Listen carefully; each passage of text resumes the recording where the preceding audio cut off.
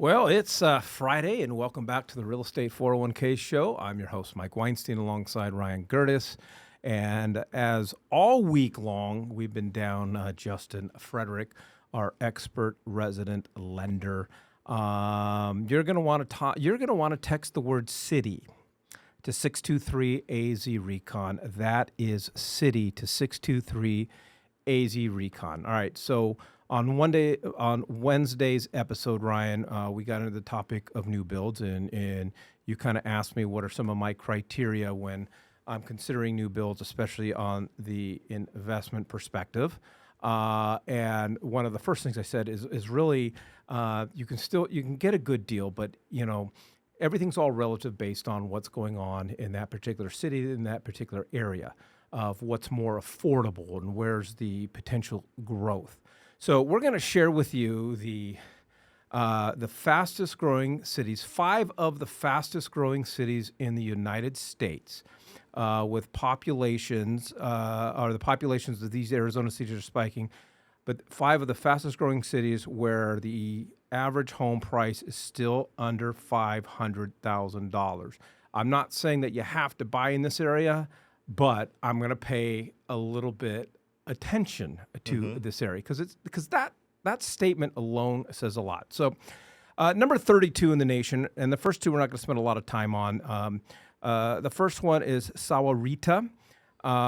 It's in Pima County, south of Tucson. The average home value is about $367,000. Number 33. Oh, you forgot to mention that's the second safest place in Arizona, apparently. It is? Oh, yeah, look at that. In 2000, behind only Florence. And Florence, that's where our local prison is. So I guess that's pretty darn secure. I guess. I just don't pick up hitchhikers. Number 2, or number the 33rd in the United States is a town called Marana, which is north of Tucson, and it straddles Pima and Pinal counties. Average home value is roughly $442,000. Marana is, in my opinion, a beautiful town. It's gorgeous. There's some great golf courses. Yeah. There's some really cool neighborhoods. They have they have a lot of diversity, so they have a lot of high-end homes, and then they have some that are more affordable. But they've done a pretty darn good job over all the years maintaining the fabric of the community. And if I was having to move down to Tucson, Marana, I would. This is where I would go, and then this number right there speaks volumes to me. My problem with Tucson is it's wildcat territory. That's right. Right, friends don't let friends support the Wildcats. Correct. Right. No. All right, so I just got rid of some of our listeners. All right, but let's get into what counts. Number 10, number 7, and number 3 are here in Arizona.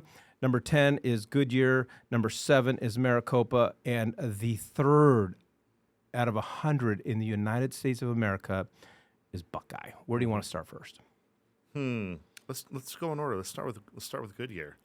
And where Goodyear Tires was founded, and they have the Snyder factory, and then they just started building all these. Dude, now you're pissing me off, dude. Why is that? Because, dude, there is no better pretzel on the face of the planet than Snyder's. And I used to live out in Goodyear, and they used to have a little shop, and you can go in and buy them, and then you could get bags of the remnants of the broken ones. And years ago, they shut down the store. Yeah, I get mad. That hurts. Yeah.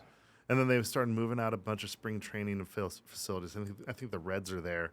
And then you have PIR is just right there at the corner. And then Estrella Mountain Ranch, I think, is one of the best kept secrets. Facts. Of Maricopa County. It's kind of tucked back in these mountains. You have to drive up. It's a little bit cooler than it is down in the valley.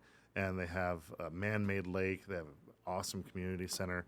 And then it also has some adult communities, so we see a lot of folks moving there that are in their 55 plus. And yeah, my mom lives in Goodyear in Pebble Creek. Yeah, and it's a fantastic Robson community, and it's one of the few remaining builders that still build out of Integra block, and so it's for the folks that want to make sure their home stands hundreds of years past their death. That's the home that they build, and then you have the I-10 going right through it. The I-10 connects all the way from L.A. to Jacksonville, Florida, and so there's really good transportation over there. There's really good utility, and it's no wonder that they're doing so well. The other thing that Goodyear offers, one of my favorite things in Goodyear is the Wigwam Resort. I mean, if you live in Yeah. Goodyear, that's where you go for happy hour cocktails and one of my favorite golf courses. But we talked about it on Wednesday. Goodyear's also got, and especially with this, the number 10 of one of the fastest growing cities with home values average under $500,000, because Goodyear comes in at $483,000. It's a lot of really good new build opportunities. And we talked about new builds and being able to use us to be able to negotiate price and negotiate concessions and negotiate interest rates. It's still a really fantastic area. Nope, I agree. All right, Maricopa, number 7 nationally. Maricopa, I'm not going to lie, when they first broke ground out there, I was like, why in the hell did they do this? This is just ridiculous. So they decided that they were going to build this master plan community and PUD about 20 miles off of the I-10. The I-10 is just the main artery that connects the south to the west and goes straight through downtown Phoenix. And then they just built a 2-lane highway. So if there ever was an accident or if it ever got jammed up, you were sitting in a parking lot for hours before you could get to or from your home. And then it took them a little while before they finally got stores in there. So they've started really breaking ground early 2000s, late 1990s is when they started to break ground there. And then That's right. And then in 2007, Maricopa just got hit right in the teeth from the recession. They were the first ones to go down. I think that there was something that came out that said 4 out of every 5 homes was vacant. So it was very, very rich with investors. There was no jobs. It was just very difficult for people to live out there. And so it was a ghost town up until about 2012. And then there was a catalyst that came in. Yeah.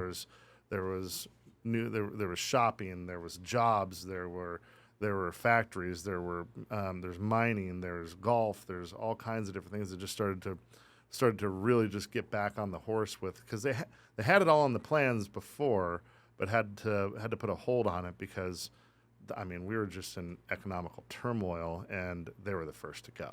Well, we've had not only clients buy homes down there to actually relocate and move to, but in the last 12 months, we've had a couple of our investors buy down there, and I think that Maricopa really, especially on the investment strategy, really has some great opportunities. Again, I'm going to go back to new build opportunities.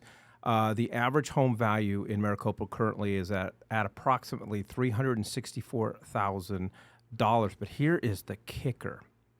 Okay, the city's population in 2022 was about 60,000 people. Since 2020, it increased by just over 18%. That's a big Maricopa number. is growing, and it is growing at very consistent rates. And when cities grow, they need rental properties. And now they have more than just a 2-lane highway 2-lane road getting in and out of there. So there's multiple ways of getting in. But I see that as being the biggest issue in Maricopa. Is you're still having a hard time getting in and out of there. So they're going to have to do some infrastructure upgrades before they can really handle a lot more.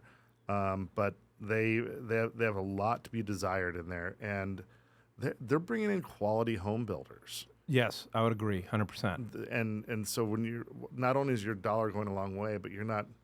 I'm not going to mention any of the builders that I don't like, but there are a handful of them that I'm just like, this is a joke. Like, what are we doing here? What are we doing here? But Maricopa, it just seems like I haven't found any of those products in there. They're saying, hey, look, we want to build a higher quality home, more aesthetically pleasing, more variety.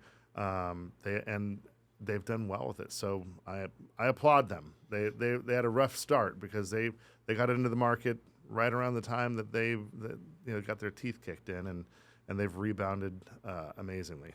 All right, and I think one of the best bangs for your buck is the town of Buckeye.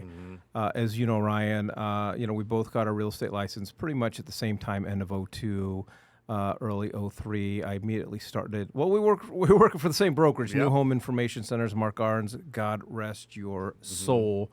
And that's all we did. And all I did was sell homes out in Buckeye. $87,500. They just started to build Verrado. And I know, and this is the thing, it's like, I know sometimes Buckeye has somewhat of a stigma, people don't like the name. It used to be just nothing but farms and, and old school and whatever. If you're looking for an incredible family area, and, with that small town feel, like a true, like modern small town feel, and golfing and shops and stuff, I don't think there's anything better than Verrado. So you may not have known this, but God, it was like the late 80s, early 90s. The only reason anyone knew what Buckeye was because of a small band called the Funk Junkies. I've heard of the Funk Junkies, but I don't know their correlation to Buckeye. They're from Buckeye, and they had a song called "Going Out to Buckeye." And it was like a local hit. And I did okay on the national level, but here, everyone was the Funk Junkies. And so we'd go and do boondockers, and we'd go do some desert hunting and whatnot out there. And so that's kind of how it jumped onto my radar. It is nothing like it was back in the early 90s like it is now. It is just it's just a sprawling cityscape, like flatter cityscape. You're not going to have any high rises or anything like that. But I mean, there's preparatory schools. There's all kinds of different manufacturing, warehousing. There's a lot of really good jobs out there that have just been stable, right? Yeah, and I think it's an amazing place, especially for investment purposes, because it's approximately, don't quote me on this, I think it's maybe 10 to 12 miles further west from Goodyear. Something like that. And so we were talking about Goodyear, and I think Goodyear's a great place, but the average home value in Goodyear is approximately $483,000. You go another 12 miles, which at the end of the day for commuters is not the end of the world. Now you get yourself into a Buckeye, and the average home value is about $407,000. That's nearly $75,000 less. And back to builders, and we talked about it on Wednesday's episode. I mean, we have some phenomenal relationships with builders out in the town of Buckeye, where we are going in and we're taking a look at that price sheet and going, let's have a talk. I mean, we've been negotiating with builders. People don't know, agents don't know that in certain climates, certain types of homes in certain markets, that you can negotiate with a builder, and we've done right by some of our investors out there. Yeah, we've done a lot of good stuff. And I think the other thing to kind of going back to the diversity, like what Goodyear has, this little town that's part of Buckeye is called Verrado. Yeah, and when they broke ground, that was another one where I was like, okay. That we'd all meet in what was already the west side of town, and then they would get us on a bus and then drive us out another half hour, 20 minutes to Buckeye. And it was like, who the heck is going to live out here? And then within 2 years of them opening up Verrado, they had already at like 50% capacity or something like that. And I think all of their custom home lots are now gone. It's completed now. And it is absolutely gorgeous. It looks like a small little town. It's not 100% completed yet. There's some new build opportunities out there. There's still some new build opportunities, but they've all been bought, and they've all had plans. Whether or not they follow through on all of those plans is yet to be determined. But from the PUD standpoint, all of them have been sold. And I'd also say with Verrado, if you have an affinity for the United States Air Force and you like fighter pilots, you're going to love Verrado because, as most of our listeners know, we're very involved and infiltrated Luke Air Force Base, and Infiltrated. Yeah. we are some of our best clients and some of our dearest friends are fighter pilots and flight doctors and airmen out there at Luke Air Force Base. And man, I would say almost every other one they're out in Verrado. They love it. Because you know why? They all have young families, kids, and good schools, good community schools. centers, town hall, town center, free. All right. Well, there is a lot that goes in. There's a lot more. There's data like this that support and we can provide for any city in Arizona. And we just wanted to highlight the 3 of the fastest growing cities in the United States that are in Arizona. But it really, numbers and understanding demographics and understanding growth and things like that is imperative to not only when you're just buying a home to relocate into and to move into, but especially if you are going to invest. It's imperative that you work with people that understand these numbers and Ryan, not even understand the numbers. I hate to say it, but understand where to get the numbers. Mm-hmm. You'd be amazed on how many people can't find these numbers that are in our profession. Mm-hmm. Yeah, because this is our job. This is what we do. We'd love to have that conversation with you. All you have to do is text the word city to 623-AZ-RECON. That's city to 623-AZ-RECON. Ryan, it is Friday. It's my turn. It is your turn. My turn was last week. I can't remember what it was. I wasn't here last week. You were in Alaska. Yeah, I was in buddy. You were Alaska. fishing. I You were know. pissing everybody off. I know. Yeah. Dude, we caught so many king salmon. And then we did a new type of fishing I'd never done before. It's called bumping for trout. And you're literally just like dragging it. We were on a drift boat on the Kenai River, and you're just dragging like this little plastic salmon egg with 2 inches or 3 inches of lead with a hook on it. And then whenever a trout would go over there and bite the fake salmon egg, you had to literally snag it, and it was some of the funnest fishing I'd ever done. We caught a ton of them. It was all catch and release, so I didn't bring any for you. Plus, I'm not a big trout. You didn't bring anything for me. Buddy, I'll hook you up.